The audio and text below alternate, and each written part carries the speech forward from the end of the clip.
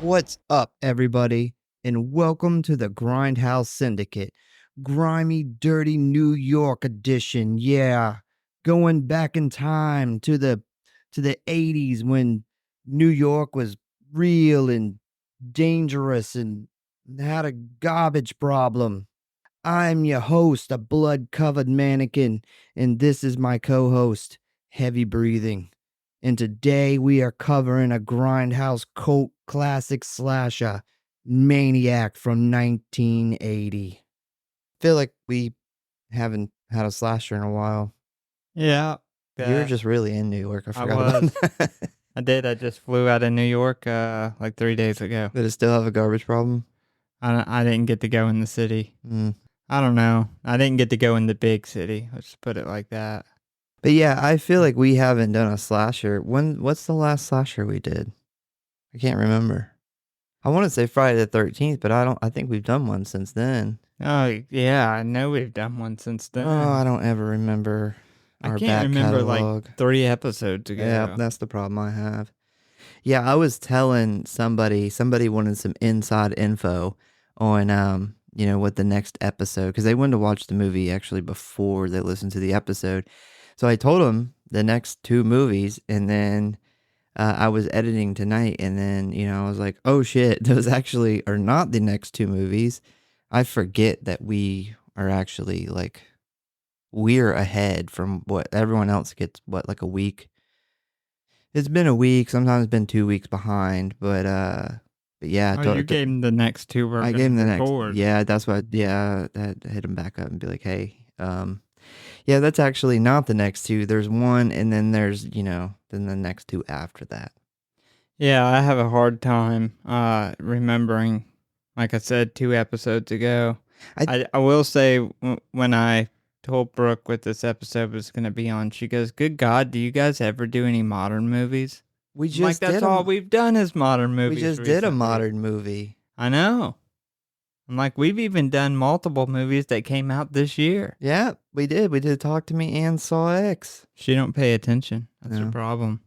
I want to say the last slasher we did was Nobody Sleep. Is that the name of it? Nobody Sleeps in the Woods Tonight, or is it Somebody Sleeps in the Woods Tonight? Nobody Sleeps in the Woods Tonight. I think that's the last one we did. Yeah. Yeah. Wow. That seems like it was a while ago. Yeah, I think it's been a while. Well, the reason that I thought that is because this is one of the first movies in a while where we've had kind of a bunch of different kills. Like everyone was killed in different ways. We actually get to pick a favorite kill. We did. Well, I guess that didn't make it. We did Jack Frost.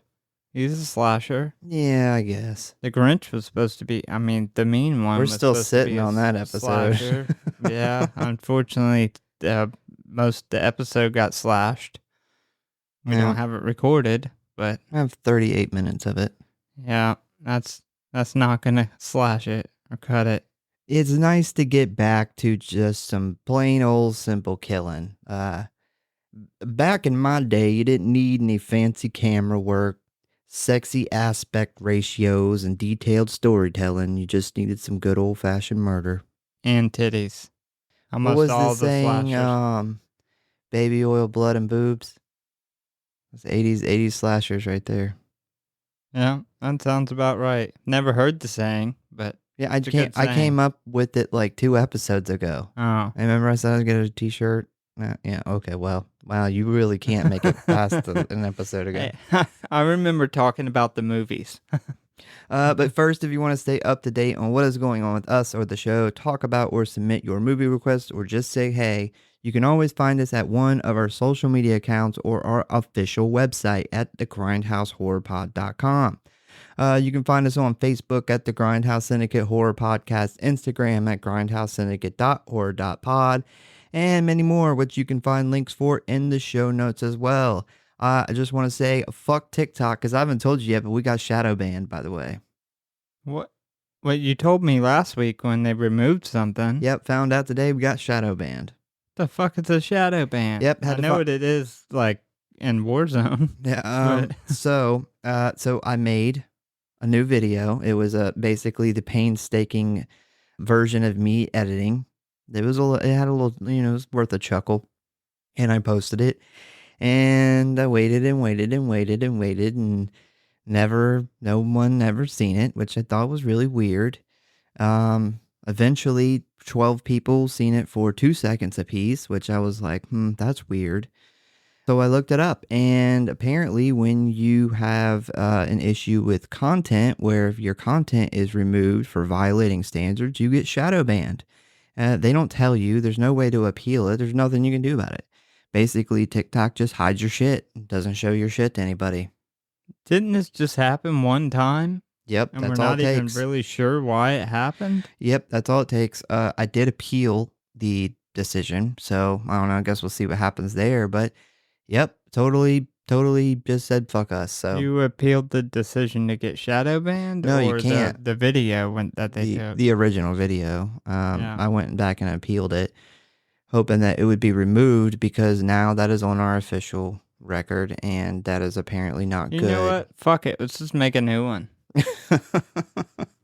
I mean, how many TikTok videos have we put out? I don't know. Couple? Like Handful? 3, 4, I don't know. Yeah, fuck it. Make a new one. Yeah. Fuck you, TikTok. Here. Please subscribe and follow for alerts on new episodes. And if you really love us and don't want us to have to live in a really shitty dark apartment with mannequins in New York, give us a review.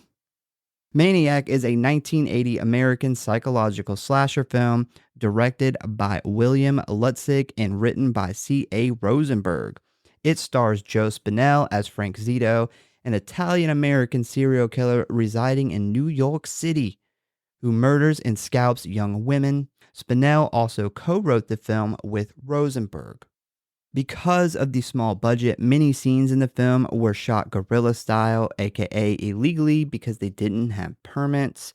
Maniac has since attained a cult following despite receiving polarized reviews. The film was remade in 2012 and stars Elijah Wood in the lead role. I have not seen the remake, and I don't know how I feel about Elijah Wood playing this character. He plays the main. Yes. Yeah. Yeah, he's did they do it?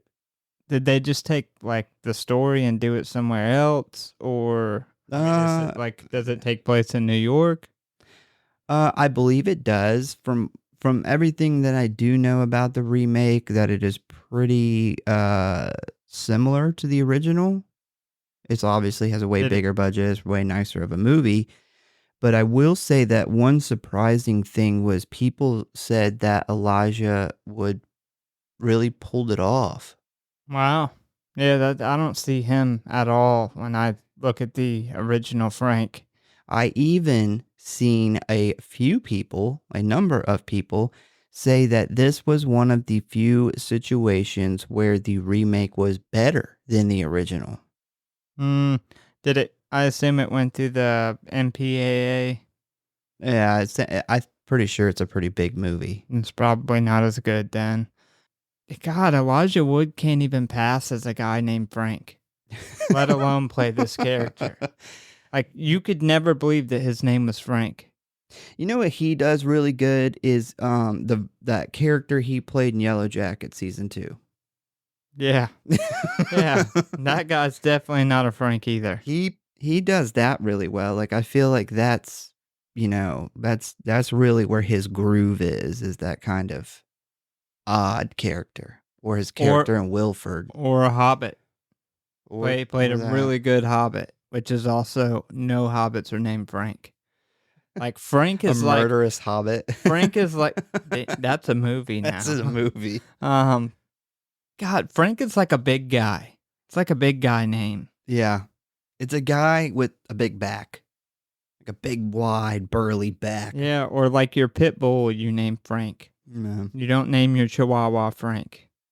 While the film was originally considered an exploitation film, it was not prosecuted for obscenity nor officially listed as a video nasty.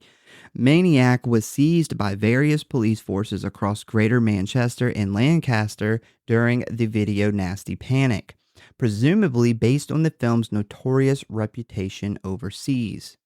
Director William Lutzig, who previously had worked as a director of pornographic films, used profits from his 1977 film Hot Honey to make Maniac. And I said I must have done pretty well because the film had a $350,000 budget. And I looked that up with inflation. That is a $1.8 million. Did you look up Hot Honey? No. That might be No, one to it's look from up. 1977, and I don't think I want to see any porno from 1977. It's like it has like built-in editing. I You feel can't like there's see anything. It's just bush. I was gonna say there's a lot of bush in that. There's a lot of George Bush in that. There's women with big hair and on their head and in between their legs. Like there's just too much hair in those. There's a lot films. of curtain and drapes. Yeah, the carpet is thick. Yeah. Principal photography began on October 21st, 1979 and wrapped on January 18th, 1980. It was distributed by Analysis Film Releasing Corporation. It is 88 minutes long and had a box office of 4.5 mil. Good job. That is pretty good. Yeah. That is, that's, what's the budget? 350? 350,000. Yeah, that's pretty good. I'll take that. That's a good investment. Many scenes had to be filmed guerrilla style because the production could not afford city permits, including the shotgun sequence, which was filmed in just an hour. The infamous sequence where Frank murders the boyfriend, played by Tom Savini, was loosely inspired by the Son of Sam murders committed by serial killer David Berkowitz.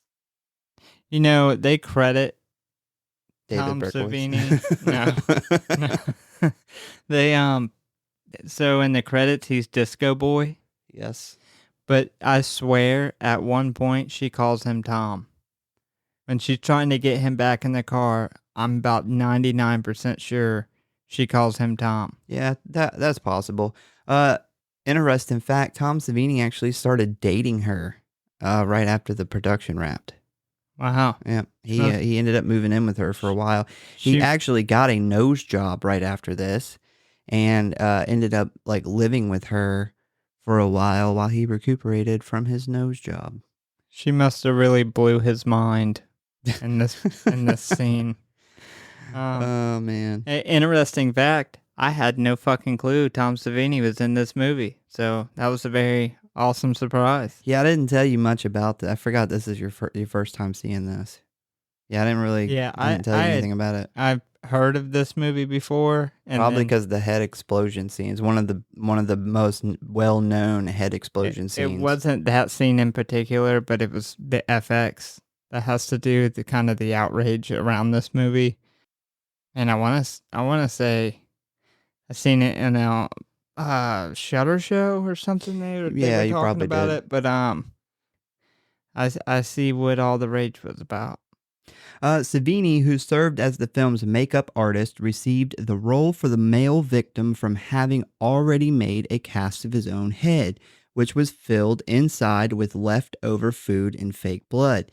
Since Savini used live ammunition for the scene, he immediately threw the shotgun into the trunk of a waiting car driven by an assistant, Luke Walter, to avoid being caught by the police. Maniac had a midnight screening at the Cannes Film Festival on May 10th of 1980. The film had its U.S. premiere in New York City on January 30th, 1981, followed by a Los Angeles premiere on March 6th. Since the film was not submitted to the MPAA, the film was released unrated with the designation for adults only. A severely edited version of the film received an R rating in the South and was distributed in March 1981 in several other states such as California. Yeah. God, man, I wish I could have been there for that scene. Like the gorilla shot scenes, especially that one.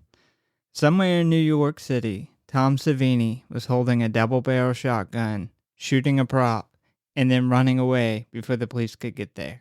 Yeah, I go in a lot more detail on the story of this at the end of this episode. There's some more cool stuff about that. Yeah, that's awesome. Of course, the South had to be like... Edit it. You know, I thank God that this skipped the MPAA ratings, I don't think this movie would be talked about today. I don't think it would have stuck. I don't think it would be a cult talked about classic movie if we would have just got the edited version, because I'm sure the rated version that came out in the South is probably nowhere near the same movie.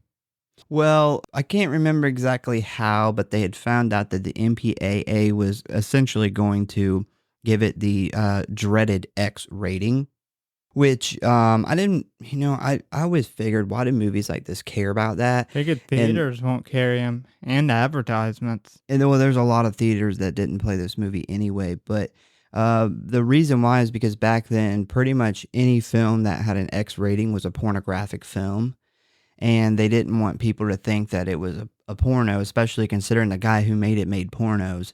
So they just decided to, avoid the MPAA altogether. Yeah, if this was a porno, that would have been a really interesting porno. The film was refused a classification by the British Board of Film Classification upon its original cinema release, and was additionally banned for video in 1998. That's a long time later, but was later passed at an 18 certificate in 2002 with 58 seconds of cuts. They were still cutting this movie in 2002. The uncut version was passed by the BBFC for the 2022 release from 88 Films. The UK didn't get this version of this movie until 2022. And that is the very reason we went to war with them and became our own country. We wanted the Fuck independence to have our own slasher, unrated slashers. Just too much regulation. I thought you were going to say tea. Regulation without representation. In Australia, the film's promotional campaign featured a censored version of the theatrical poster image, with which blacked out the scalp held in the killer's hand. Maniac received numerous unfavorable reviews, with many critics lambasting the film for its depiction of violence. Gene Siskel did a TV piece for CBS where he strongly criticized the use of TVs that showed graphically violent and gory scenes from the film outside of a theater in Times Square. He later picked the movie as one of his Dogs of the Week on his show with Roger Ebert, stating that he walked out of this movie after 20 minutes because he felt it could not redeem itself at that point. I did see a little bit of the interview with him, and it was the head explosion scene. And this was like one of 3 movies through his whole entire 40-year career he ever actually walked out of the theater on. I would like to see the other 2, because I bet you they were good. Black Sheep was one, the comedy from the Farley guy, and the other one Farley? Yeah. The Farley guy? I couldn't think of his first name. And the other one was a movie I don't think I'd heard of or something. It was a real low budget movie or something. You made a good gory movie when somebody gets up, especially some guy whose job is to be super snobby and rate movies, and you caused him to get out and leave. He quit. He technically quit his job. He did. If you rate movies and you walk out on a movie that you're supposed to be rating, that movie was so good or bad in his opinion that it made him quit his job. In the Army, we would say he refused to train. He did. He went AWOL. Despite the negativity from critics, Maniac has been cited by some media outlets as one of the greatest slasher horror films ever made. Esquire placed it as number 18 in their list of the top 55 scariest movies of all time. It was ranked number 44 in Pace Magazine's 50 best slasher movies of all time. So, yeah, I mean, they didn't let them reviews hold it down. Good for it.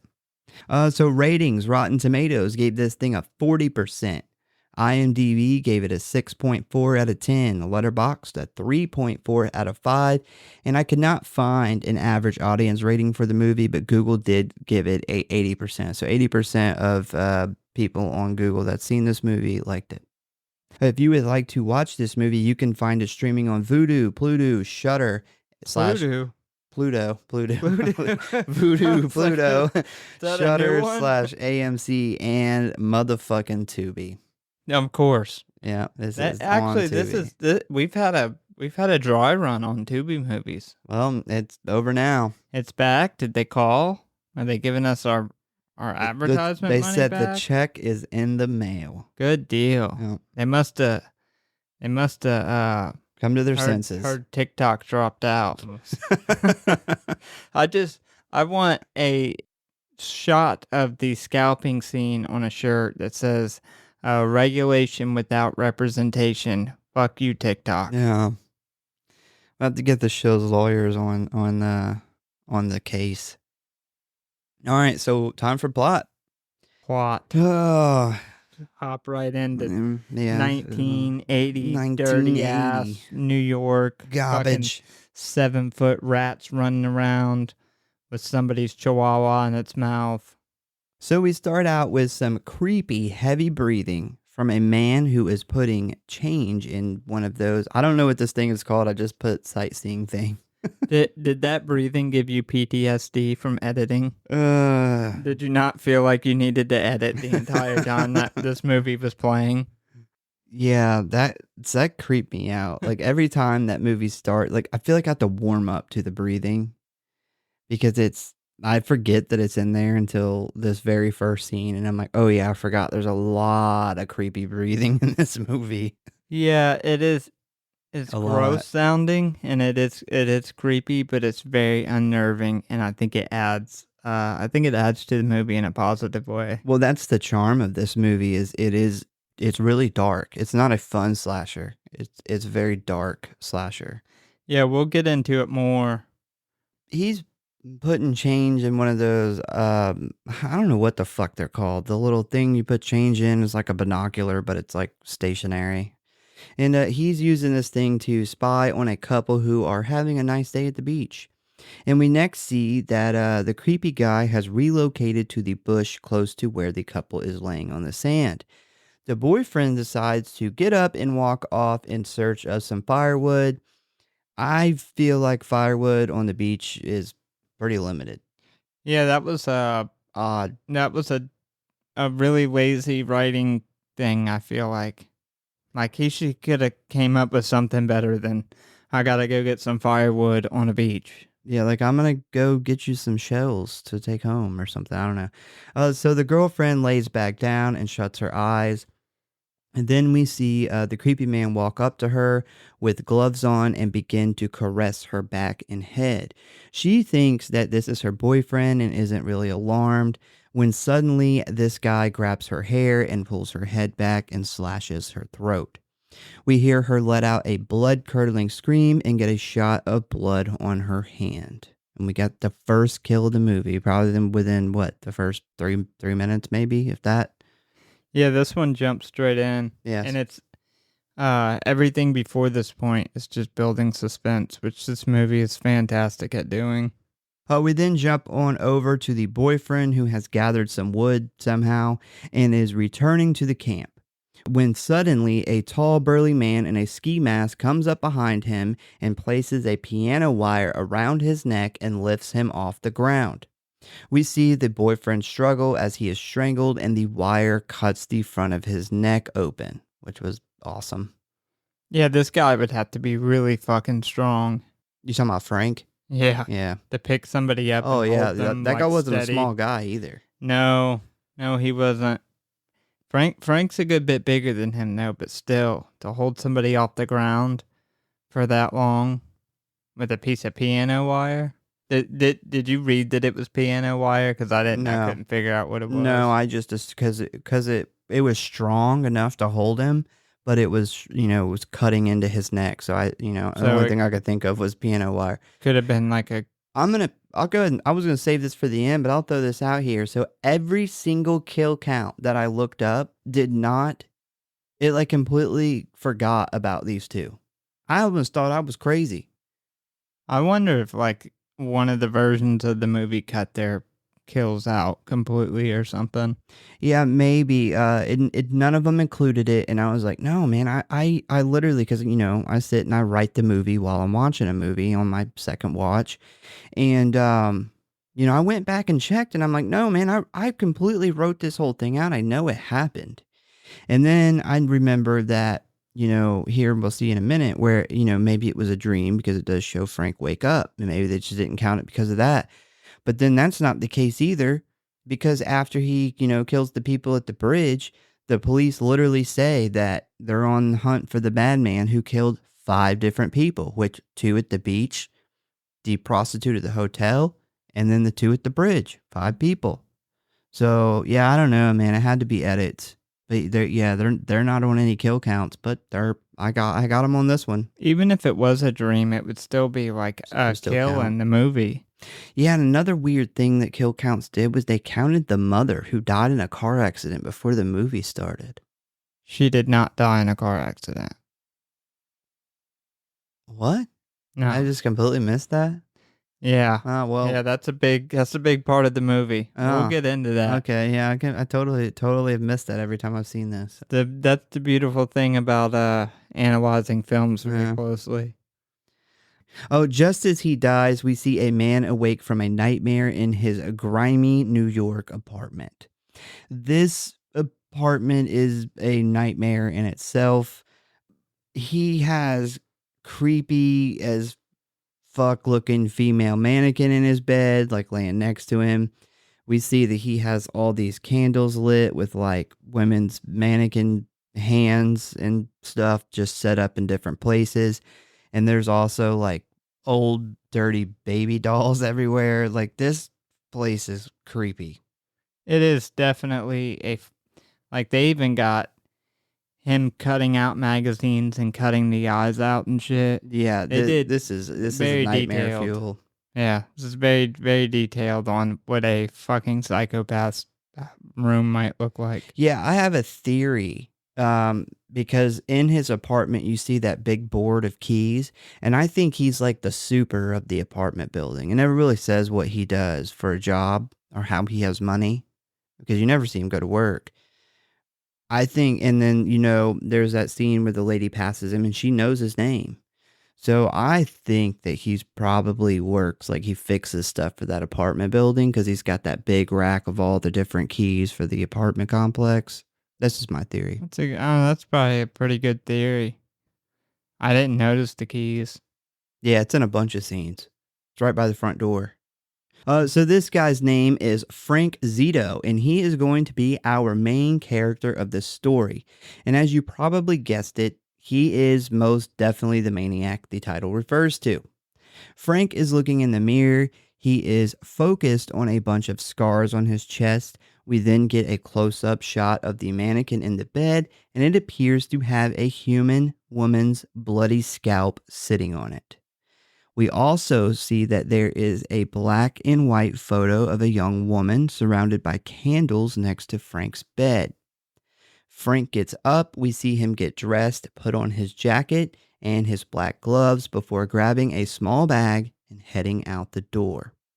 We then get some outside shots of old, gritty, dirty New York City. New York in the 70s and 80s was a much different place than it is now. It's kind of one thing I like about these old movies is New York is so, I don't know, I want to say it's more dangerous, and it's just more dirty and fucked up back then. There's a lot of crack and mobsters back then to be worried about.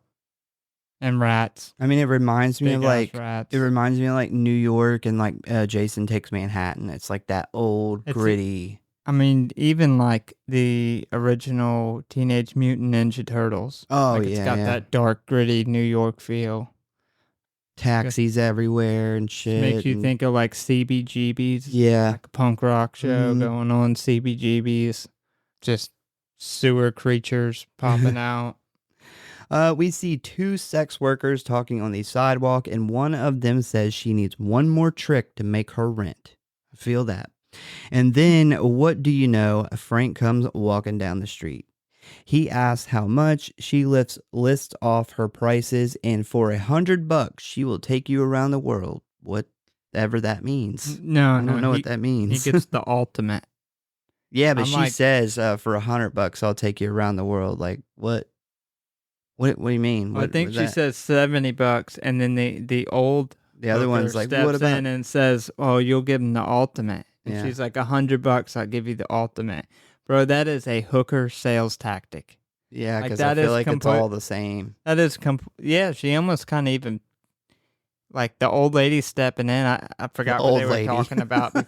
She wasn't old, but she was much old. She was the Older. she's the hooker that's been around the block. Like Yeah. she has her sales tactics. She's It's like the manager. it's like the young car salesman that's been doing it for like 2 years, and then like the 20-year veteran steps in and he's got some like sales tactics. Like you tell him you'll give them the ultimate. That They don't sounds even good. know what it means. They'll come and they'll think that's what it was. So he says, let's go. I'm down. I assume at this point this is not going to end well. At first, I thought that you remember like when he's going into the like old shitty motel or whatever, and he has like a patch on his jacket. And originally, I thought that patch was a 25th Infantry Division patch. So I looked it up because we get a close-up view when he goes in the motel to rent the room, and I actually looked it up, and it is a 1st Airborne Special Forces patch. Huh. Yeah, I thought that was interesting. I think that adds a little more backstory for how Frank is so good at killing people. Not the old tropic lightning. Yeah, it wasn't that. No. No, it wasn't the angry vagina. And the angry vagina. So next we see Frank and the sex worker get a hotel room and go upstairs. Ho- Hold on. Frank gets the hotel room. What hooker makes you buy your own hotel room? She don't even have a hotel lockdown? No, that's not included in the ultimate. Frank pays $35 for this shitty ass hotel. He pays for cable TV or color TV. Why? He pays He paid $135 to fuck this prostitute in 1980. Yeah. Do you know how much money that would be today? Yeah, probably like $300 and something, $500 or something. Yeah, that's like high dollar. High dollar. That's like right under escort. It's like the ones you order offline. This is not from experience, but anybody who's ever walked through Hawaii and seen on like around Waikiki Beach the high dollar prostitutes that are trying to take everybody back up to their high dollar hotel rooms, it's like $200. Yeah. So they go upstairs, and he asks her to model for him a bit, and then she begins to undress, but then he tells her to leave her clothes on, and this should have been a big flag for her. Like, he paid for the ultimate and the room, and he doesn't even want to see you naked. Something bad's about to happen to you. Yeah, that's probably a pretty big red flag, but she's probably just like, thank God. Gonna get to do something else other than get fucked for my rent. He gets on top of her to start making out. I don't know how he's not squishing her to death because he is a lot bigger than her. Her vagina can take it. She's a pro. But yeah, they're like kissing and stroking each other when suddenly Frank sits up and yells, "You bitch," and begins to strangle her. Bro, like, that's how all sexual encounters begin. He's like the girl. He's like model for me, like the girls in the magazine. What fucking magazine is this guy reading? Like this was It's on telling. This was total like 80s workout video stretches. Like the moves that she's making. It's 100% like if you buy an 80s workout video, I guarantee 3 out of the 4 moves that she did here is in that workout video. It's like back when they had all the spandex and the big socks. Yep. Spandex and big the onesies. The onesies, she totally had a 80s onesie on. Those don't come back. No, that's pretty rough. So we want to see more, not less. So he is sweating profusely and he looks deranged. She is begging for him to stop, and for a brief moment we see a different woman's face in place of the sex worker. She slowly stops kicking her legs and eventually dies. Frank then comes to and realizes what he has done. He then runs to the bathroom sink and begins to vomit. Who do you think that woman he seen in her place was? His mother. His mother, Yeah. whom he murdered. Oh, yeah. Totally just didn't put that together. Yeah, Yeah, I I thought I'd guess so. throw you a bone there. Well, I mean, he says that she died in a car accident when he was when he was a kid. Like, did he murder her when he was a kid? No, I just think that that's just a backstory he came up with. I don't know. Who's going to question you on that? So he is crying and whimpering, saying, "Mommy, I didn't want to do it." He then pulls out a small box cutting knife and cuts her scalp off. And I must say, that shit looked pretty real. Yeah, this is fucking awesome. This was my favorite part up until the rest of the movie. This looked really good. This was one of Like, the man, I like that part with the wire cuts that neck. I was really into that. But then this happened, and then after this, then this other thing happened. Yeah. Yeah, this is one of the better scalping scenes that you'll see in the history of scalping scenes. You don't get a lot of them, but this one's really good. And one thing about this kill, for one, like the strangulation was longer than almost any movie that you see, and that's way more realistic. Yeah, Like, you start apparently it sweating. takes some time to strangle somebody to death. They don't just die. Like most movies, it's, you know, 10 seconds of choking and they're dead. Like they do such a good job throughout this movie of building up and dragging out the kills. Another thing they do is they take away all the sound. There's no background score. It's just the noises of Frank and whoever he's killing at the time. And it's so unnerving and it makes it so much more realistic. That's one thing I noted from here, and then to the rest of the movie, I thought they did a great job with that.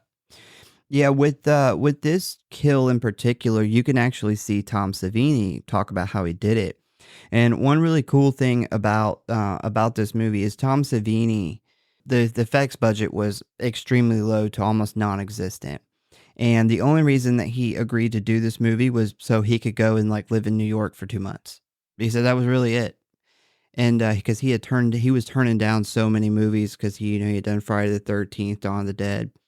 And but he just wanted to go hang out in New York, and he said that essentially because they didn't really have an effects budget, almost everything you see in the movie was stuff he just had that he brought, like his own personal stuff, including he talks about basically like they have the blade with the tube for the blood, and that's how they did the cutting the forehead.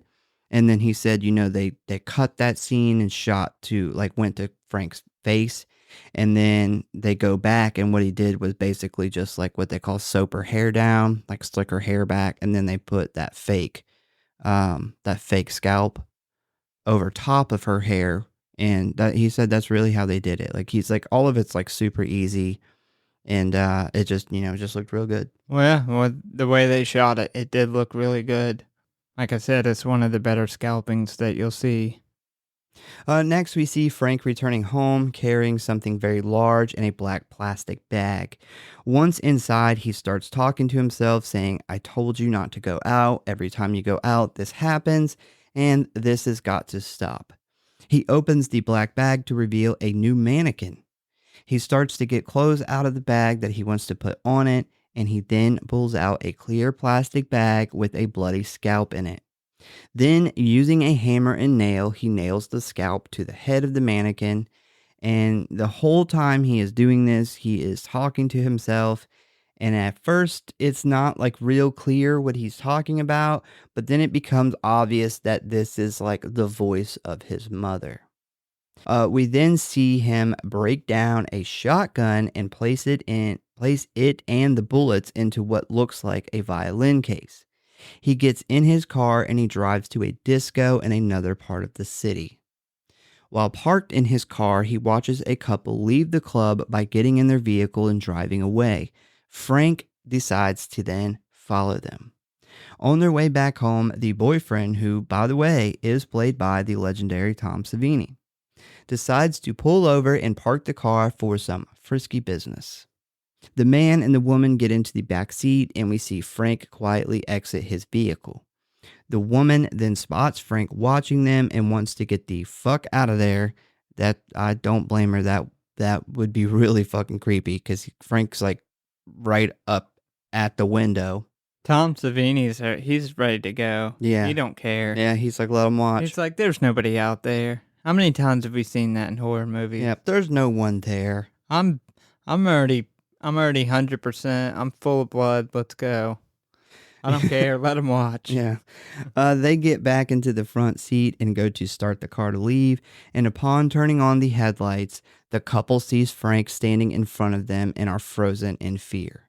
Frank then runs and jumps on the hood and points the shotgun at the man's head, firing through the windshield and causing the man's head to explode all over the inside of the car. And it's fucking epic.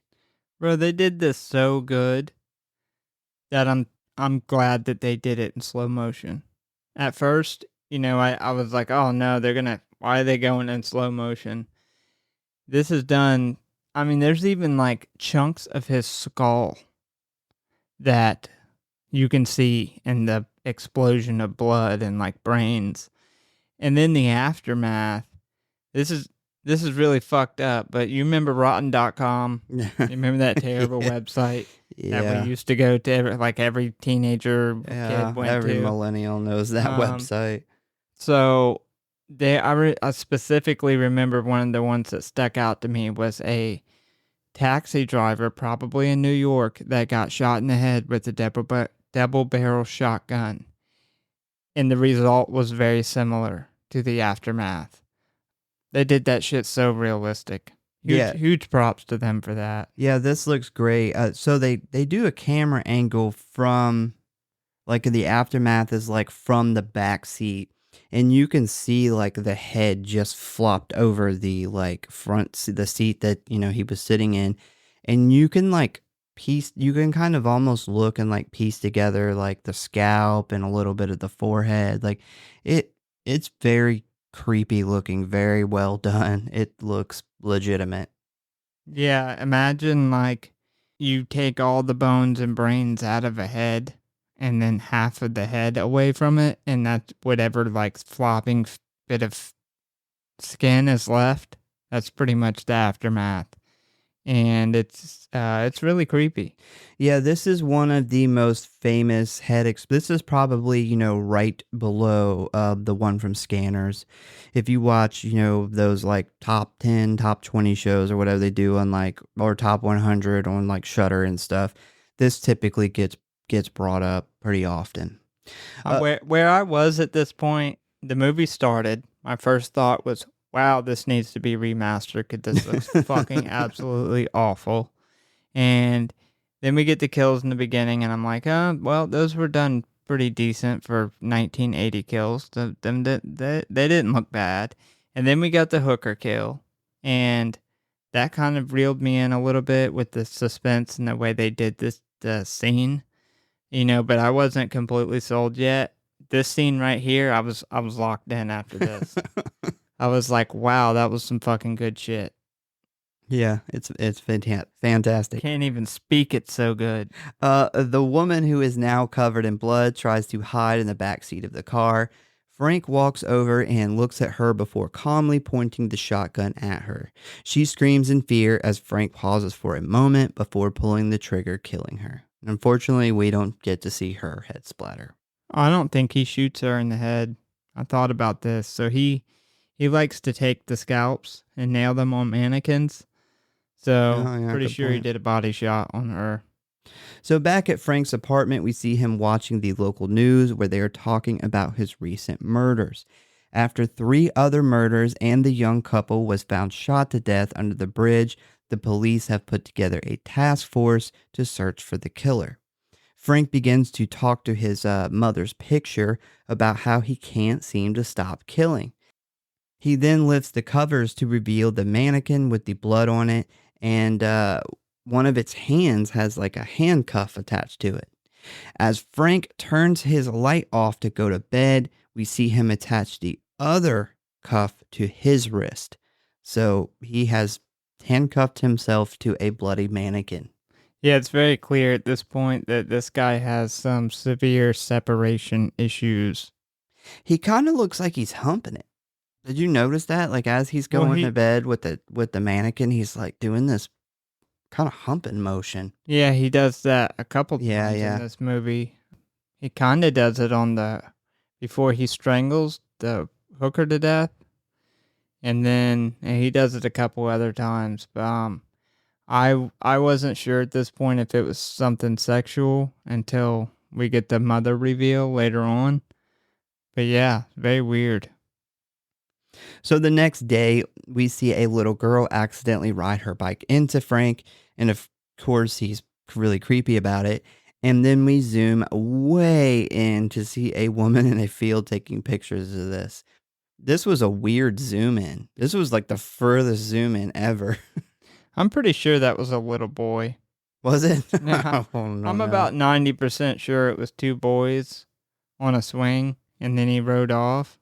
Not sure why. He's like, "Watch it, little girl." No, But I'm pretty sure that was a little boy. I didn't even pay attention. She pretty much just walking around, taking random pictures of stuff and like random pictures of people. And Frank begins to follow her. He finds her bag sitting by a tree and does the old pretend to tie my shoe trick to bend down and read her information tag, which has her name and address. Yeah, the old let me tie my shoe.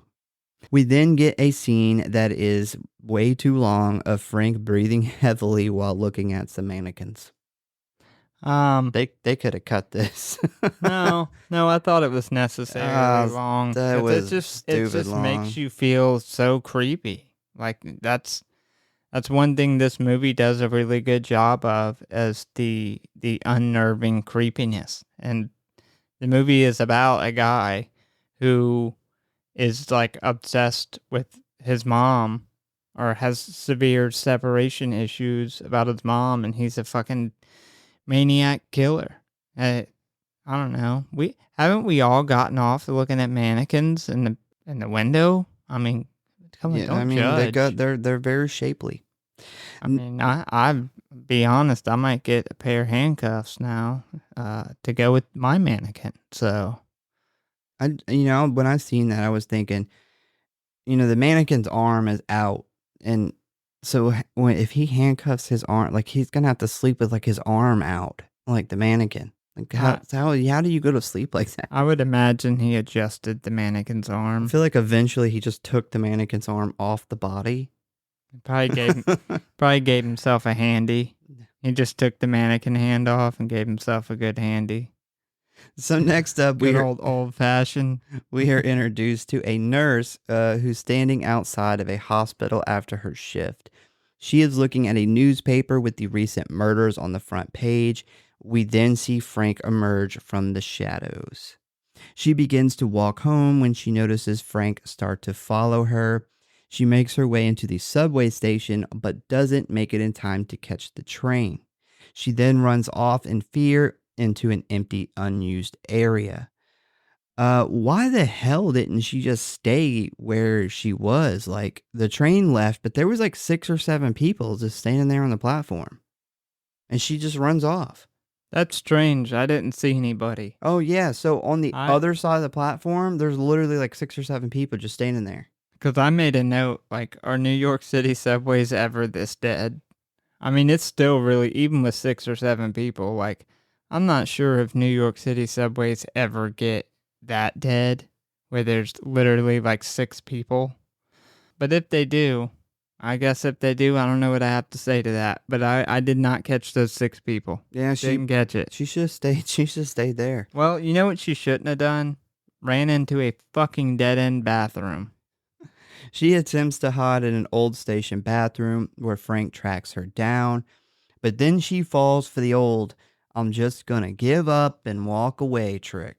The old "all right, I'm a leaving" must be gone. Pretty accurate. Must have left. Yeah, I was thinking if I was in this situation, It may have been a couple hours before I came out that That's what I was bathroom. thinking. I was like, man, I wouldn't have fell for that shit. I'd have waited him out like No, hours. I would have waited until the subway was so packed in the morning that I could hear the people, or people started coming in. I don't know. It is at this moment, well, I'll say right after this. No, this moment. By this moment, I've been convinced that Frank has COPD or lung cancer. This guy has the loudest breathing known to man. Like, if anybody has an oxygen tank, Frank needs it.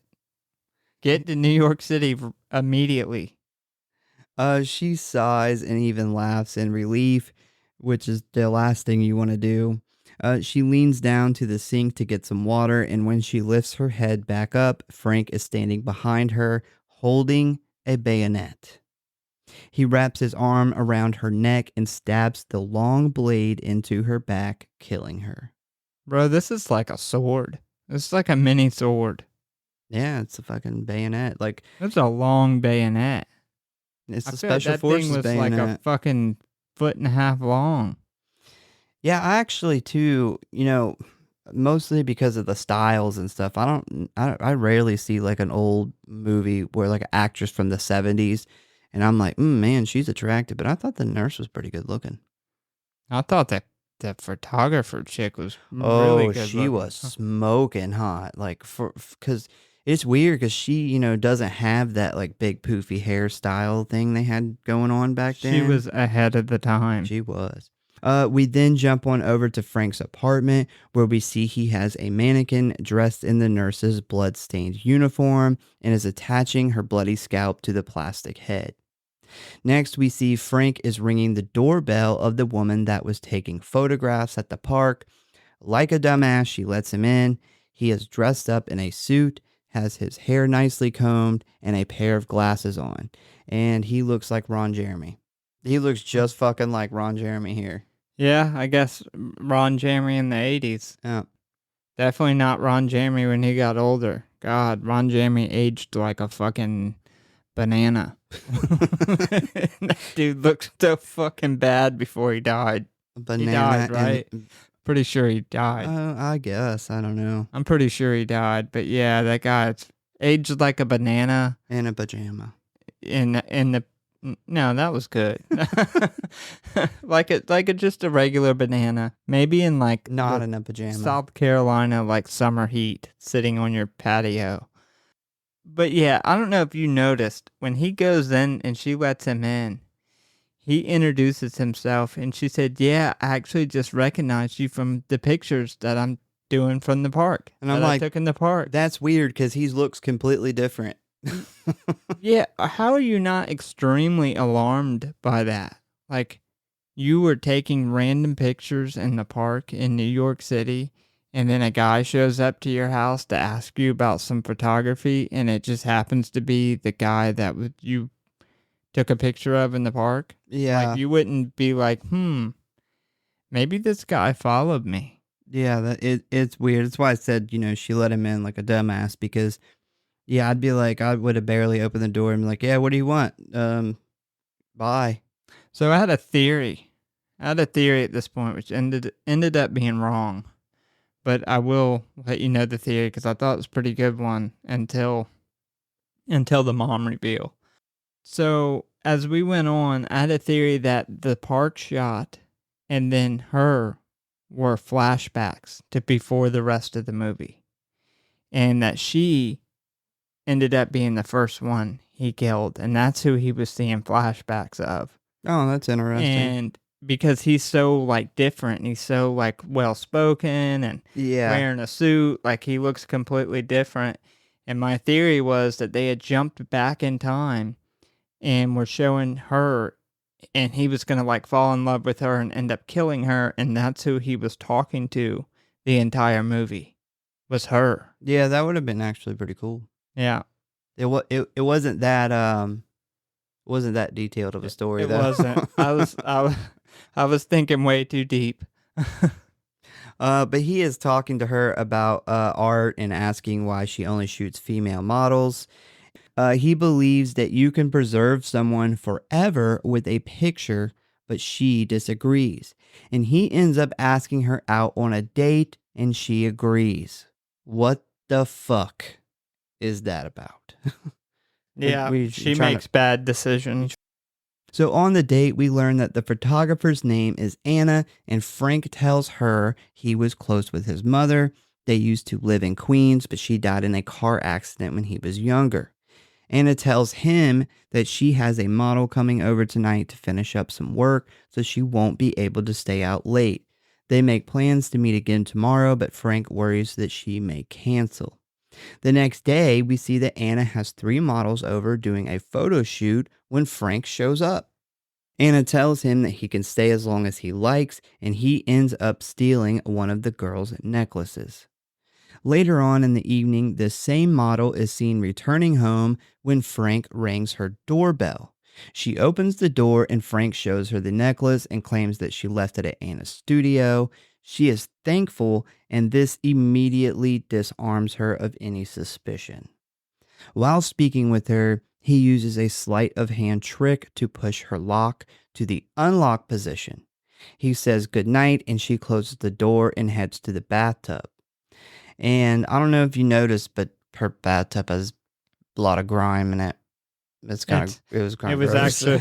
actually really clean for New York City in the 80s. Yeah, I guess. Yeah, this was like the second cleanest bathroom in the city. For as nice as that apartment was, I wasn't expecting the bathtub to be that grimy, but probably a bunch of soap scum from the massive amount of bubbles that she pours in her bath. Like it turns the whole fucking bathtub blue.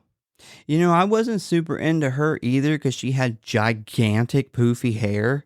But man, when like she gets out of the bathtub and it's all like wet, she was actually really cute.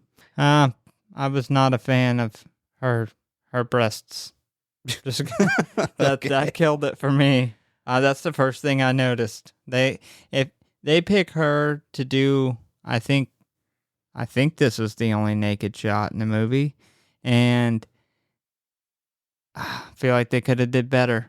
But you know what? It was better than the fake boobs that were going around at this time. This is true. I will take that. The Kermit the Frog boobs. 10 out of 10 times, yes. God, the 80s fake boobs were so bad.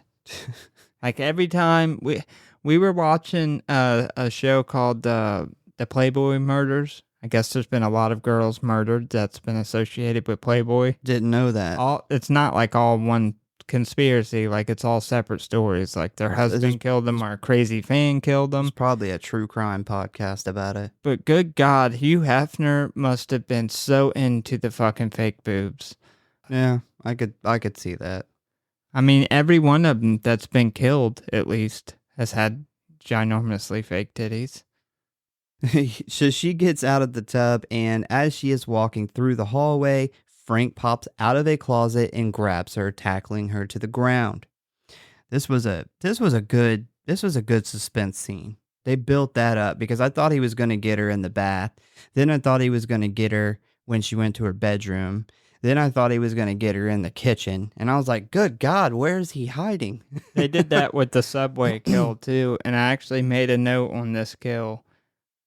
Very suspenseful buildup. But then he finally goes after her, and then he tackles her, and the scene goes black. Bro, I thought that was the kill. I was like, her head hits the ground, and she gets knocked out, and I'm like, what did you run out of stuff, Tom Savini? What happened? That was my very thought. Like, they must have used up all the money on the fucking... because the bayonet stab wasn't very good either. And I was like, they must have used up all their money blowing his head up.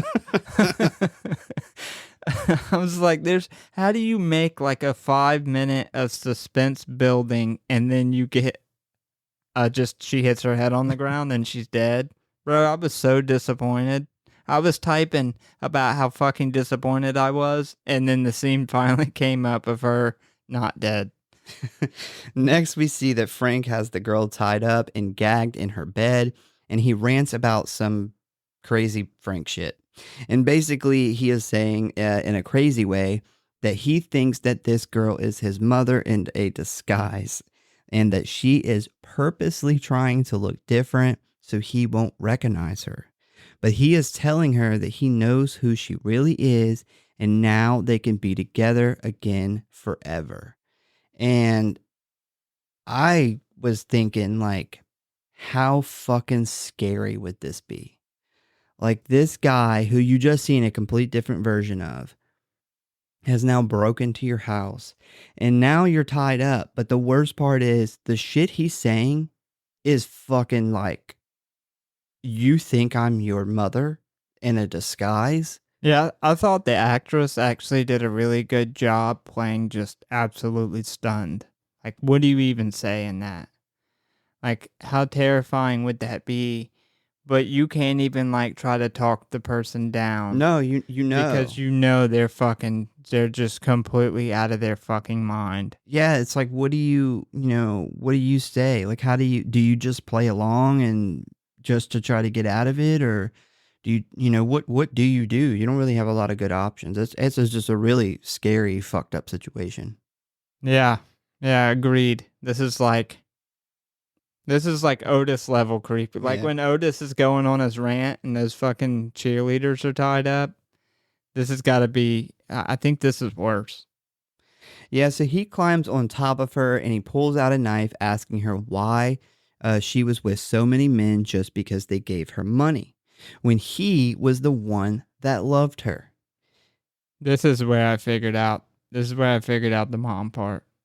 He pushes the blade right into her chest as she jumps in pain. He then hugs her, saying, "Mommy," as she slowly dies.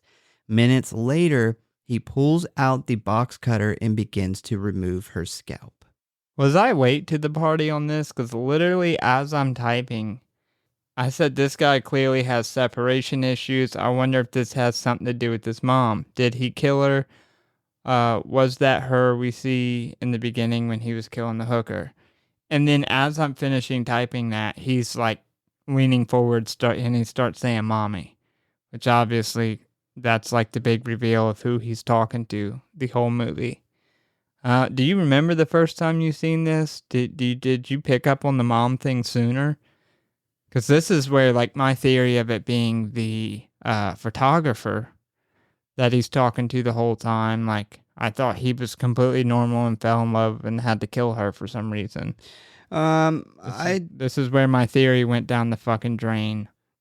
I don't exactly remember the first time I had seen it and what I had thought about it. I do remember I did not pick up for the longest time that his mom like in the beginning when he's looking at those scars, like that's supposed to signal that his mom abused him. I didn't pick up on that. I didn't pick up on the picture. That's why he has the picture with the candles. Yeah, none of that stuff was super clear to me. I didn't really get the full idea of what was going on here until the end. Uh, Everything fell together after this moment, like when they do the reveal and he starts saying "mommy," because then at that point it's obvious that he's talking to like his mom this whole time, or talking to himself in some scenes about his mom, and then it makes the scars make sense because he's talking to that doll and he burns it with the cigarette, talking as if he's his mom. So it's very clear that his mom was very abusive. I wonder if it's like age 12 that he decided he was going to kill his mom.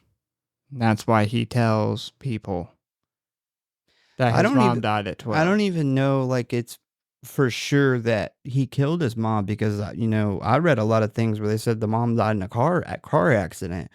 I think that's I don't know if it's No, open or what, but that's yeah, there's that's his mom he's choking in the beginning. Cause they actually, in that shrine, they show a good shot of it at one point. yeah, but that Of the doesn't girl, like he's literally having flashbacks of him strangling his mom to death. but that doesn't mean that like it's a memory. It's just a maybe that's what he wanted to do to her. That's not it's not saying for sure.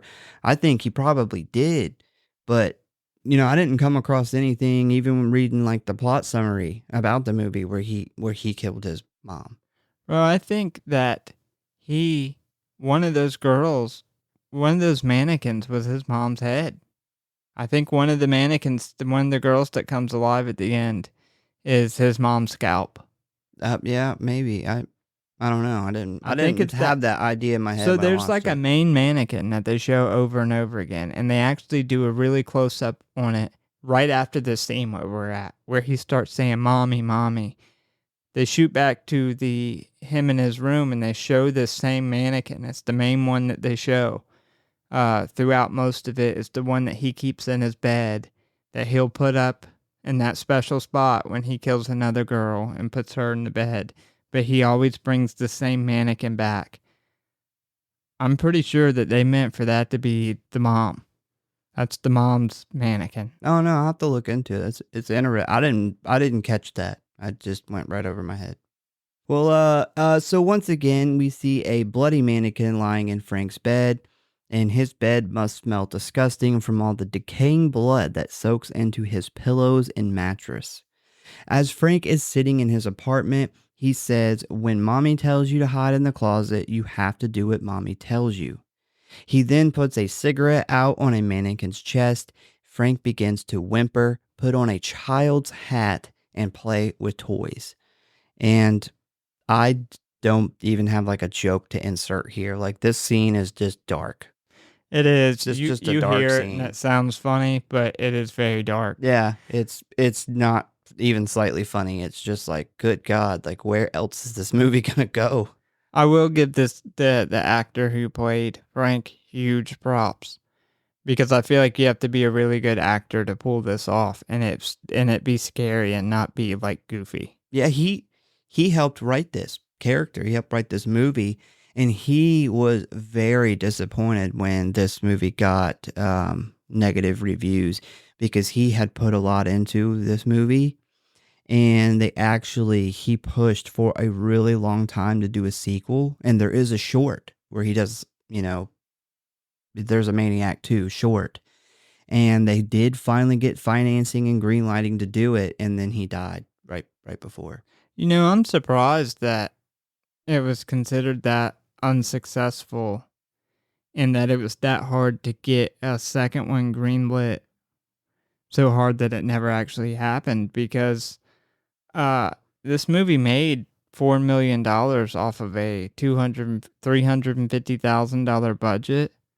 Like that's a success. Yeah, I think just people didn't want to touch it because of the controversy and it I getting I taken and confiscated and people making whole entire CBS specials about it and all this shit. So I will agree with that. I think that had to been what it was. the 4 mil just probably wasn't worth the bad publicity. I think for them to make a movie that would have stood up to this, they would have had to have done it with their own money. Because any major studio would not have, they would have cut it up so much that it wouldn't have been good in the places that made the first one good, which was the FX, just a brutal killing. Yeah, well, it's got a different plot and a different character. I'll try to remember to get into it later, but yeah, it's not like a direct sequel, but. So the next day, Frank calls Anna and asks her to a show, which she agrees. And I say, if you want to see a show, take her to your fucking apartment, Frank. That's the show. Yeah. When she gets in the car, Anna thanks Frank for sending flowers and attending the funeral for Rita, aka the young model he just brutally fucking murdered. What a good guy. That's cold. What a good guy. She didn't have many friends. And he was there for her. He murdered her. For his photographer friend when she needed him. Then he went to the fucking funeral and watched them put her in the ground. God damn, that's awful. Knowing that he had her scalp. Oh, that man. She didn't have a scalp. I'm sure it was a closed casket. He's like, I know why. That's fucked up. Frank then tells her that they are going to stop by his mother's grave before dinner so he can drop off a Christmas wreath. Because, yeah, that's not weird. Like, second date, stop by my dead mom's place. I'll introduce you to. And Anna's fine with it, though. Like, she's totally cool. It's not weird to her. She's super nice. I'm sure it had to have been weird to her. While at the gravesite, Frank begins to have a breakdown and starts crying. Anna attempts to console him when Frank tells her that Rita knew. Bro, how far away was he taking her to see this show? Like, they go from complete daylight to it's like dark as fuck. Like, it's at least 10, 11 o'clock at night by the time they get to this cemetery scene. This cemetery looks like the cemetery from Night of the Living Dead. Yeah, Looks just like I feel it. like they just couldn't get away from the zombies. This shocks Anna, and when she tries to ask Frank what he means, he then attempts to strangle her. She fights him off and manages to run off into the cemetery. I don't know why, but this seems fitting to wrap this movie up in a foggy cemetery at night. Like, This is a lot of fog. Like, at one point, you can see the fog machines going off behind the tombstone. yeah, This is how we try to get our yard to look on Halloween. Like, this, they used a lot of fog juice. yeah. At first, I was like, man, this is, this whole thing has been in New York City, very grimy, and now we're in a cemetery. But then I was like, you know what? This makes sense at this point with this fucking movie. Like, this makes sense that we end up here. So Frank starts to chase Anna as we start to hear his signature heavy breathing. He loses sight of her and he stops to look around when suddenly Anna pops out from behind a grave with a baby shovel and slashes his arm. And why is there such a small shovel here? Like, is there somebody really digging graves with that baby shovel? That's was the standard size of shovels in the 80s. That's what they dug with at the graveyard. It was like a handle shortage. They had to take one handle and make it into two. But why did she not just keep beating the fuck out of him or hit him in the head? Yeah, that was my next note. Like, I'm sure she heard him coming a mile away with his COPD Yeah. and his lung cancer. yeah, Frank falls down in pain while holding his bloody arm, and Anna runs off again. Frank quickly just combined two words. Frankly gets up and begins to chase her, and yeah, she had her chance. Like, she should have fucked him up while he was down. During the chase, Frank, I almost called him Frankly. Frank falls to his knees and screams out, "Mommy." He then starts to hear the voice of his mother and the voice of a child. And these voices are basically saying, Mommy has to punish you, and the kid is like begging her not to. And she says that Frank has been a bad boy and that she is going to lock him in the closet with R. Kelly. Pretty sure that his mom was a prostitute as well. Yeah. And she locked him in the closets. Why? She made that paper. Why she gave him the ultimate. Yeah. Adult Frank is very upset by this and finds his way back to his mother's grave. He kneels down and begins to sob when suddenly his mother's rotting corpse pops up and grabs him by the neck. I didn't see this coming. Yeah. But what the fuck did I just watch? Did this just turn into a zombie movie? It did. It Like, did did out we of just- nowhere. Did this whole slasher just completely switch genres and turn into a fucking zombie movie? We go from slasher in New York City to cemetery in the middle of the night, fog everywhere with zombies popping out of the ground. Get you a horror film that can do both. Frank fights the zombie mom off, and then we realize that it was just a hallucination. He cries some more and then leaves the cemetery, making his way back to his apartment, assumingly to be in the comfort of his scalps, which I'm sure smell bad. Yeah. My scalps. I need to be with my scalps. I thought about that the entire movie, Bad about this how one. bad his fucking place would smell. Like Jeffrey Dahmer's place. Yeah, I guess it does happen in real life. If he's the maintenance guy, who's gonna get him kicked out? Speaking of real life, you know what I was thinking about was with the mannequins. Oh, Is God. Jeffrey Dahmer did that weird shit with mannequins too. He did. And this movie had come out first. Like, didn't Jeffrey Dahmer was in like 1993 or something. No, Jeffrey Dahmer was put to death in 1994. Oh. His crimes went on, I think, in it spanned from the 70s to the late 70s or early 80s. I thought it was like the late 80s and early 90s, but I think he was sentenced Maybe it was the late 80s he got caught, because he was in prison for a couple of years before he was not he was, I could say he was put to death. He was put to death by another an inmate. prisoner. Somebody put him to death. It's put to death with that fucking that barbell. Yeah, I was just like, man, did Jeffrey Dahmer see Maniac and be like, I never thought of that. I should get some mannequins. I'm sure, like, that's probably just a natural thought when you have a fucked up, like, brain. Yeah, necrophilia type. What's similar to a dead body? A plastic body. Oh God, mannequins are so creepy too. Yeah. Like, there's nothing. I mean, I'm not. There's some mannequins like Victoria's Secret. You're walking by and you're like, damn, that was specially made. That's a specially made mannequin. I'd fuck that. Oh, somebody get the drill. I gotta put some holes in this thing. Yeah. Put a pocket pussy right up on in there. Bet you my fleshlight would fit perfect. So Frank then sees a hot version of his mom laying in his bed, welcoming him home. He tells her she was hot looking. She wasn't that zombie version. She was not. She was. I think this shows that he killed her a long time ago. He tells her that she betrayed him, and he lays on the bed to cry some more. A lot of crying. He then starts to look around at all his mannequins, and he seems like he's kind of a little frightened of them. My scalps are turning against me.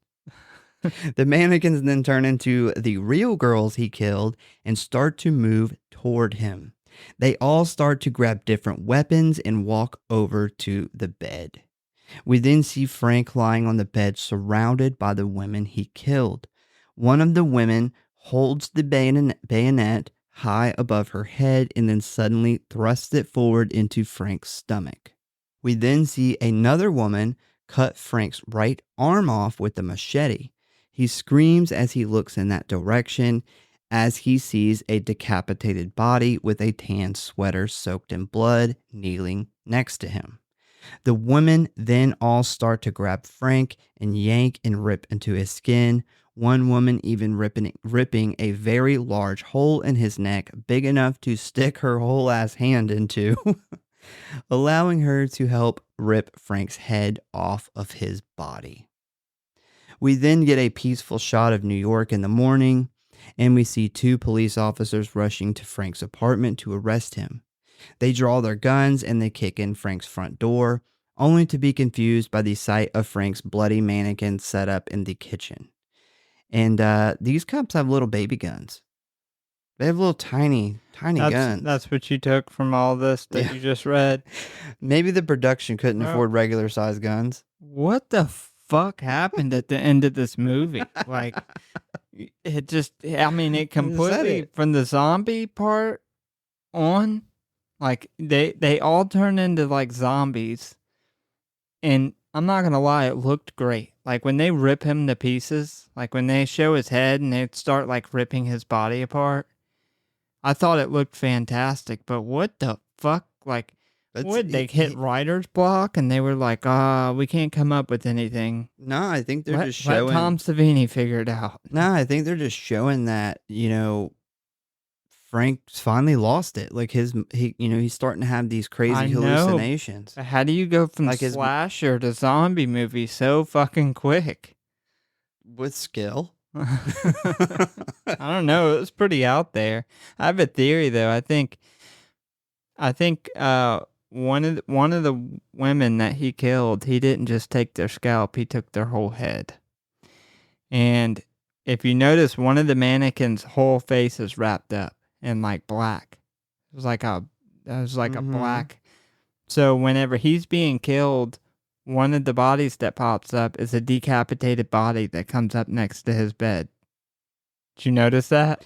Yeah, I noticed that because there's something special, and I'll tell you about it in a minute. There's a reason why that's in there. Does it pertain to him possibly beheading a woman? No. Does it disprove my theory? No. I mean, it's an Easter egg. That's the only reason it's there. Okay. Well, that has really nothing to do with what Frank did. That's my theory. I'm pretty sure he decapitated one of these women, and that's why the the mannequin head is wrapped up, I think he fucking plopped the goddamn head right down on that mannequin. I have a theory of how we went from slasher to zombie so seamlessly. Seamless. Yeah, I didn't think it was seamless at I did. all. I did. I thought When we his just mom slid grabs right in him there. in the cemetery, matter of fact, from the moment we get into the cemetery, I'm like, okay, different movie. What happened? We went from downtown New York to Yep. middle of nowhere, fucking Night of the Living Dead, fucking cemetery with fog everywhere. And so I already had like very zombie movie vibes. And then his dead mom pops out of the ground and grabs him. Left field. Yep. And I got a theory. So the guy who directed this did nothing but porno. That makes sense. Every porno is like, the cable man's here. Sex. Like, it's all these scenarios that start out this and then end up this. Like, oh, stepmom's here. Sex. I think he's just What really does that good at have to do transitioning to completely different things. Oh man, pornos aren't good at transitioning. They're just obvious. Apparently good enough to finance a movie. Yeah. Hot honey. Hold honey. on now. Porno does not sell for the stories. It sells for the fucking. Nobody has ever watched a porno for the story. You got to think. So Hot Honey, right, probably started out as a beekeeper. He was tended to his bees, getting honey. And then this woman showed up to buy honey and dripped a little bit of honey on her boob. And then he's like, let me get that for you. Transitioned into sex. His stepmom may have been named Honey. Like that could have been a lot of different ways. Could have been. I'm just saying, this guy can take one thing that this story is about this and transition it into something completely different that you didn't even see coming. And that's how we got a zombie movie at the end here. Well, I that makes sense because it wasn't seamless for me. It was very. I felt like I turned one movie off and another one on. I loved the mannequins coming alive. I thought that was fantastic. I thought it was cool. I mean, it was like I didn't dislike it at all. How are we gonna end this movie like spectacularly, like the big finale? And it was like, well, I didn't see that coming. You know what makes this work? I will say it was out of left field. I think more out of left field was his mom's zombie body reaching up and grabbing him, but that was a hallucination. I think what made this work is the scene with the cops coming in, and you see that it was all a hallucination. Yeah, and that he had actually stabbed himself during this hallucination. If they would have tried to play it off like his body would have been ripped apart, then that would have been like, okay, what the fuck? 'Cause this is all like, I'm glad they didn't do that. This whole movie's meant to take place in a universe where this can actually happen, and not this exact thing, but things like this has actually happened, which is kind of the scary. What really makes this movie scary is the realism.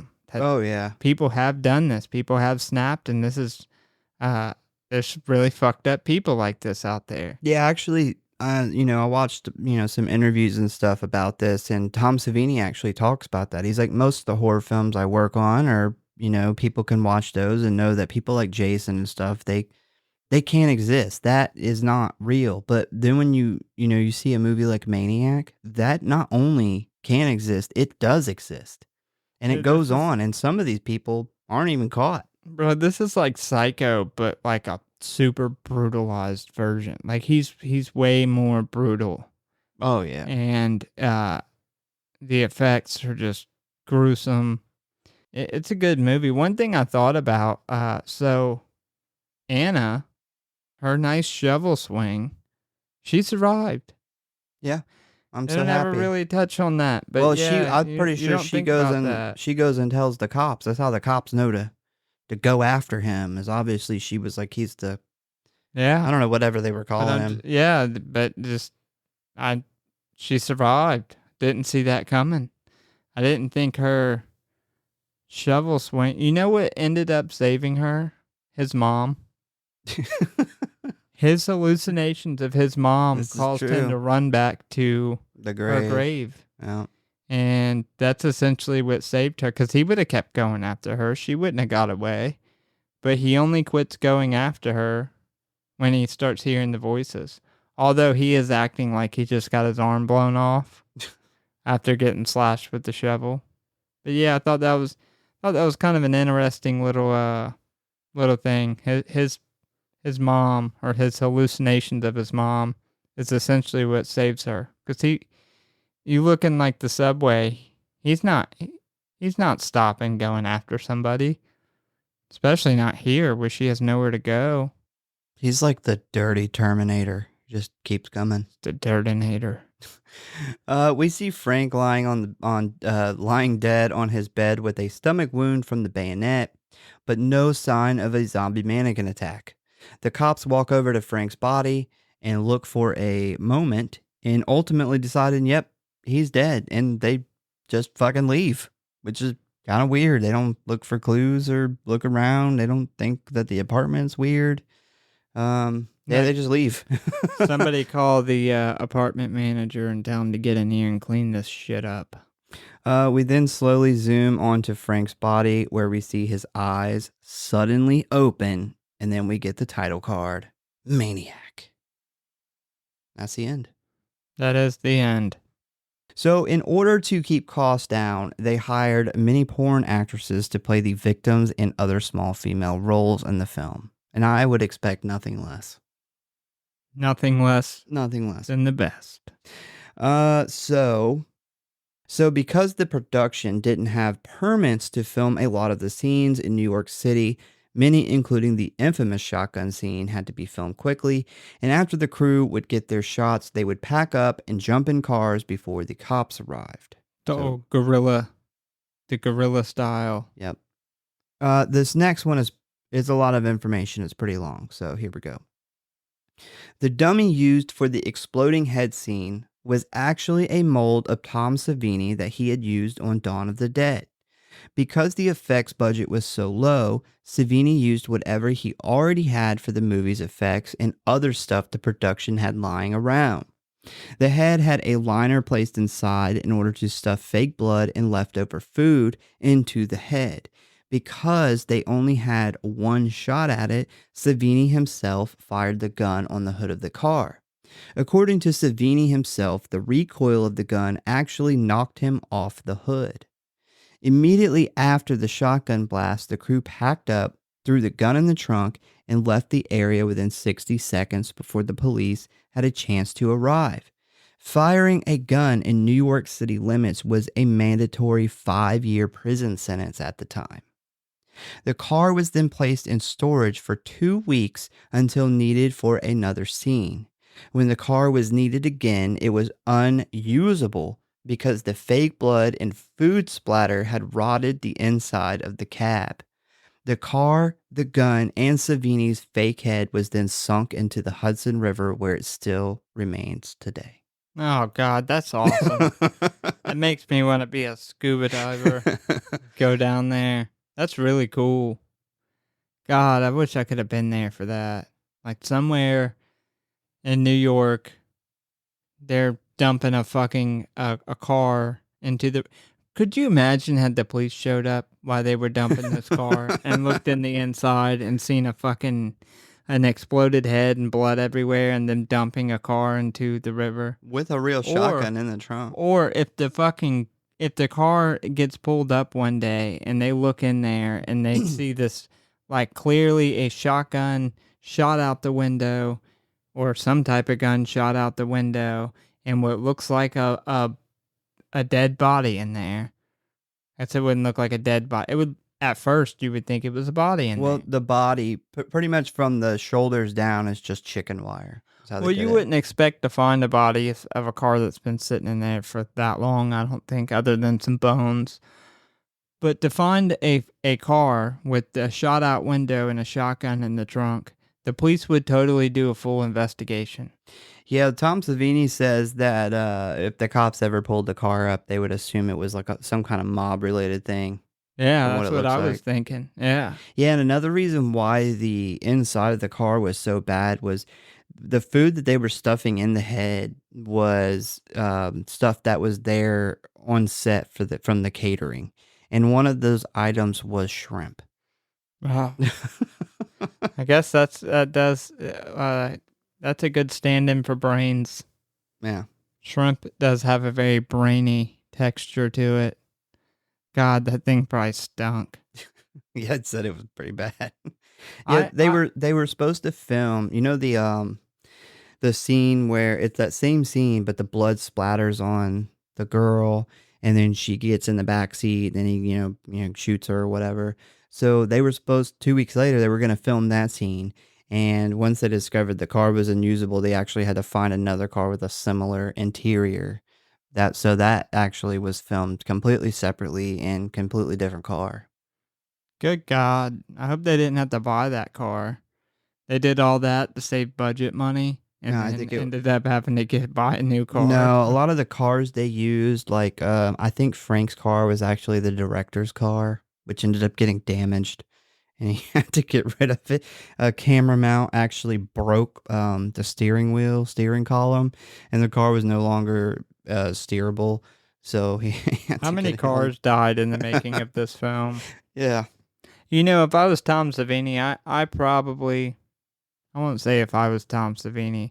If it happened to me, I probably wouldn't go tell people that the shotgun knocked me off the hood of the car. yeah. He said luckily somebody actually caught him before he hit the ground, but yeah, threw him back. I know it's a double barrel, but damn, Tom. Well, he said he had never, jumped up on the hood of a car and shot a gun before. Yeah, I have not done that either. Mm. But had he ever shot a gun? Yeah, and I would imagine he had to have shot a gun before to be confident yeah, he enough was to in the take the military. shot. Yeah, Yeah, no, but I thought he was a cook. well, you still have to shoot a gun in basic training. You do. That's true. Another thing that he was what was it? I can't remember what I was about to say. Made me forget my other thing. Forget non-combat jobs have to shoot guns too. You wouldn't think it though if you went through basic and seen some of the people who can't qualify with their guns. Oh yeah, so obviously the movie didn't have like a official premiere. And so him and like the producer or something, they went to a movie theater in New York to see the movie. And had they never seen the finished movie yet. And they go in there and they come out and they run into two guys. They're in suits. They got like briefcases or something, and they recognize Tom Savini. And they're talking to him and they're like, "Hey, yeah, we're big fans of your work. And right up the street here, we're actually editing a film of ours. Would you mind taking a look?" And he said, "Sure." So they go down there and they go and he kind of checks out a couple minutes of what they're editing of this movie that they're making. And he's like, "Man, that's really cool. Keep at it. Good luck, you guys." And then he goes on his way. And then, I don't know how long it was later, but X amount of time later, he finds out that that film is Evil Dead. And one of those guys who came up was Sam Raimi. Huh. Yeah. That's really cool. Yeah, that was interesting. I thought that you were about to tell me that there was two guys in suits and that they came up to him and were like, we're cops investigating the shooting that happened in New York. New York takes that gun violence very serious. And the last and final thing, which I think is super cool, the headless corpse in the end is the Betsy Palmer corpse, aka Jason's mother's corpse, recycled from Friday the 13th. I knew that corpse. I knew it. Yeah, I really did. Something inside me said I've seen that corpse before. Just the way it was beheaded. I don't know. The sweater should have. You never forget a good corpse when you see one. So ratings and kill count. The total kills is 7. We have the girlfriend at the beach, which neck slashed. Boyfriend at the beach strangled with piano wire.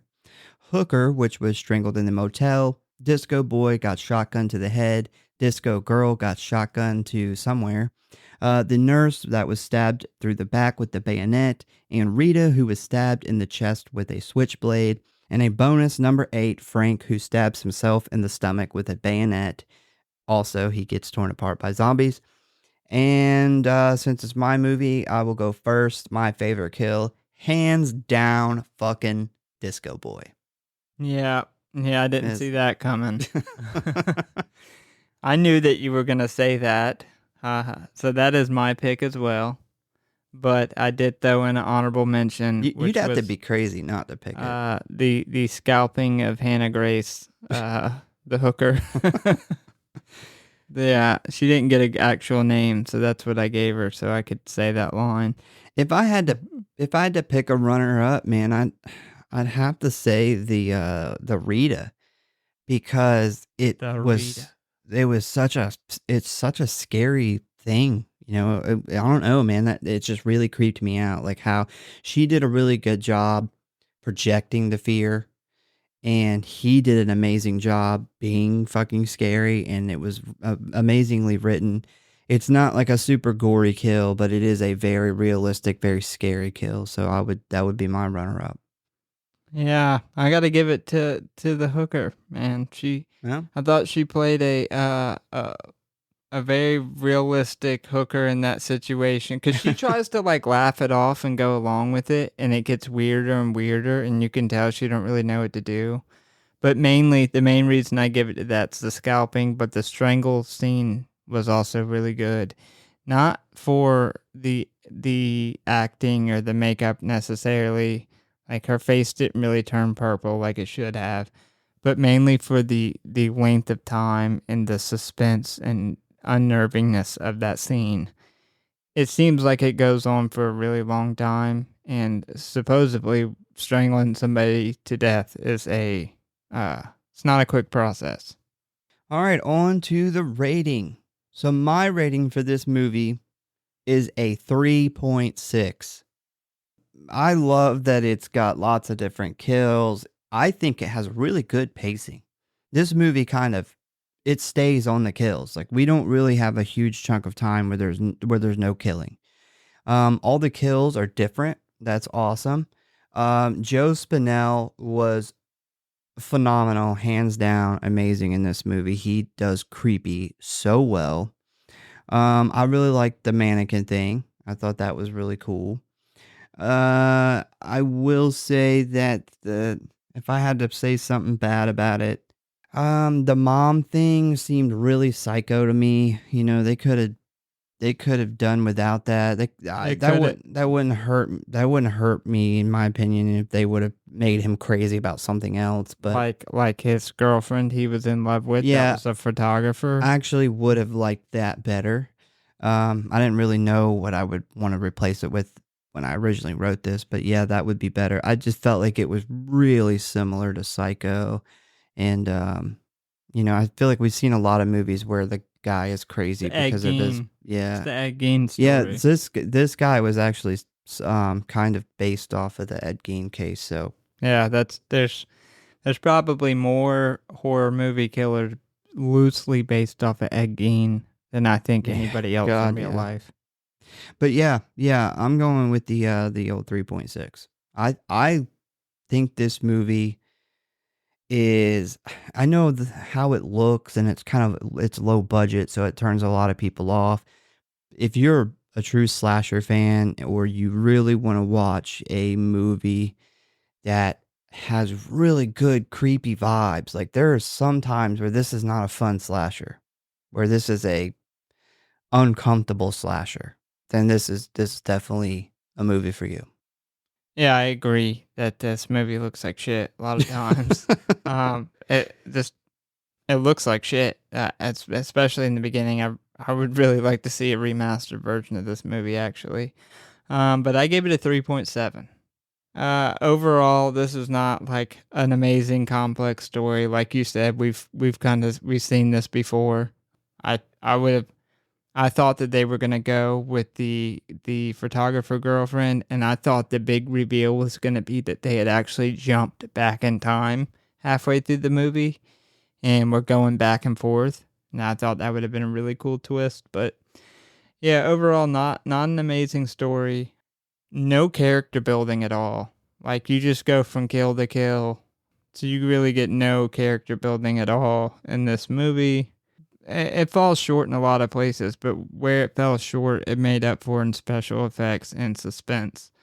I thought the pace at which the build-ups and the kill happen is very slow, very suspenseful, and like you said, they're very uncomfortable. Like, they're just really uncomfortable scenes, and I've said this before, even if it's not a good feeling, a good movie does a really good job when they make you feel something, and you feel really unnerved or unnerving. I think it's unnerved. You feel really unnerved at parts of this movie. The pace, like the slowed down pace, I thought was great. I think one thing that's not obvious that does a really good job of making that you feel really just creepy is that they don't overplay the score. No, I didn't even think about the score at all. What I mean by that, I think a lot of movies nowadays put too much sound effects and score, suspense music. It takes away from that It eerie, really does. like you're really there kind of thing. Because we were talking about the Rita thing, and it's like you're waiting and he's got the breathing. You know he's there, but you're just like, and she walks into 2-3 different rooms, and you're just like, what the fuck is going on? And yeah, they do a really good job. The creepy factor with this movie really reminds me of like how the movie Creep does, where it makes you feel uncomfortable and it's and weird. it feels real though too. Like they do with when you just hear the actors in the scene and the sounds that are going on, like the footsteps and stuff, and they don't put any background stuff there. Another thing this movie did is a lot of those scenes they only shot from like one camera, maybe two cameras. It really it brings out the realism in it. So I thought as far as pace goes, with the suspense, I thought that was great. Obviously, though, the biggest thing, which makes this movie what it is, it takes it to a whole nother level, is the special effects. Tom Savini and his team did an absolute amazing job. Almost all the special effects kills in this movie are top notch. I will say, you're gonna, if you're a true fan of slashers, or at least good practical effects, this is a must watch. Absolutely. I probably rated this thing way too high when you take the movie overall, like story and cinematography and everything. But I just think the practical effects were so good, you have to give it a good rating. Yeah, this is a hidden gem. I definitely think that this is a hidden gem. More people don't talk about this movie, or maybe it's they don't know about it. I don't know really. I don't really know, but that's why I wanted to do an episode on it. Maybe we're just suckers for good, gory practical effects. Yeah, but I mean, it's not, the practical effects aren't even like all of it with this movie. Like this movie has a lot going for it. It does have a lot going for it, but that's why I said I think the practical effects is what carried this movie into cult. To cult status. It has a very big cult following. All those other things that we talked about that were really good, that were rare, that movies don't do very often, it would have made a good movie, but I don't think it would be still talked about today as much if it wasn't for the awesome special effects and the controversy that came along with that. Yeah. Well, once again, we thank you guys for listening. Please give us a follow or like if you enjoy the show. Check out the website, check out the socials, tell a friend, a family member, or your blood-soaked mannequin about the show, and we hope to see you next time. You got any last words? Fuck you, TikTok. This is the last stop on this train. Everyone, please leave the train. Thank you with MTA New York City Transit.